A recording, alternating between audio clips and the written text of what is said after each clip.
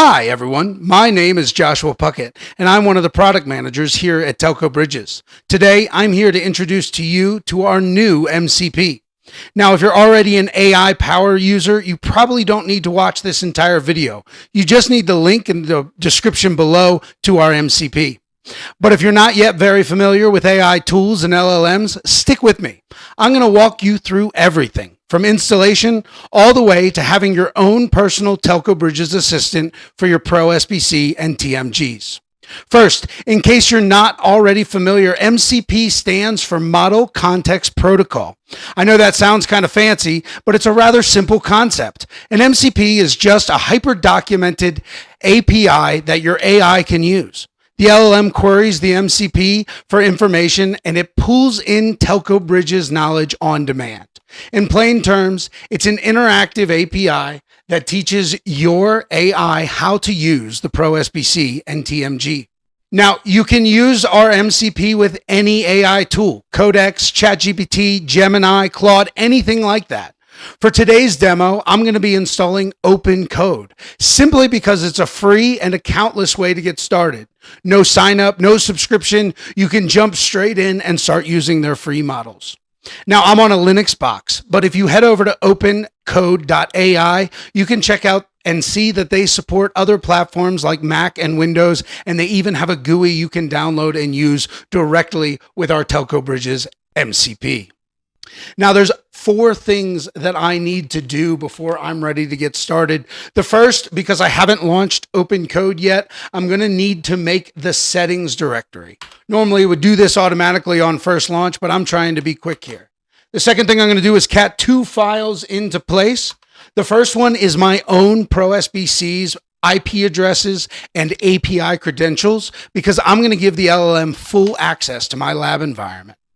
The second thing I'm going to echo here is my configuration file in the OpenCode directory. And you can see here that basically I'm just putting this link to maas.telcobridges.com/MCP. That's on port 443 if you need to put that in for your settings. So you can see here, the first file I made is just my 3 SBCs, their username and password. And then the second file I made is just this little JSON file, which configures my MCP.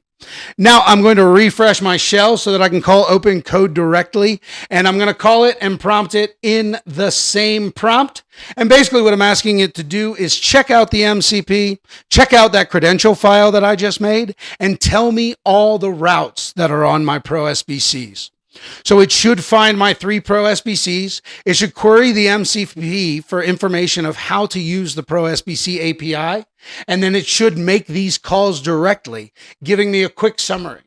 This time it's asking me to make them. So I'm just going to remind it, make the calls yourself using the information in creds.txt. You never quite know what to expect with LLMs, so whether it does it automatically or whether it needs a little bit of nudging is just up to chance and happenstance. But here we go. It's made the API calls for me, and I see my routes coming at me live. So it kind of already understands the configuration because I just have my 3 SBCs set up linearly. But I do want you to know that even though at this point your ProSBC TelcoBridges assistant is already configured, there's more that it can do. You can ask it general support questions like, does the ProSBC support this or that? I'm going to ask it SIP-I in my example, which if you don't know is ISUP encoding inside the SIP header. So yes, it knows that we support SIP-I, and it tells you a little bit about how to configure that.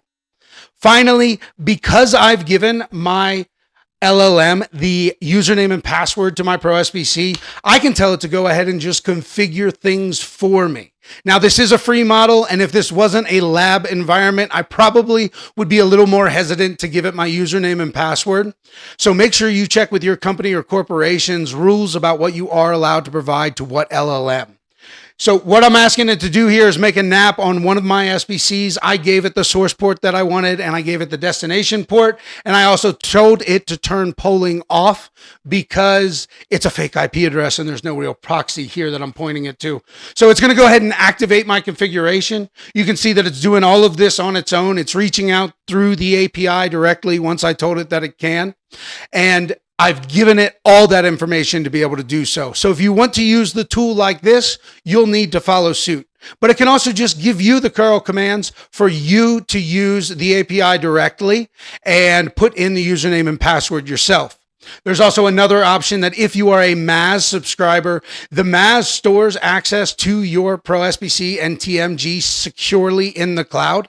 And the MCP is allowed to enable the LLM to make a request to use those usernames and passwords, meaning the LLM is never able to read the username and password, and it can gather historical stats from the MaaS, active stats directly from your ProSBC, and it can even make configuration changes if, of course, you allow it to do so.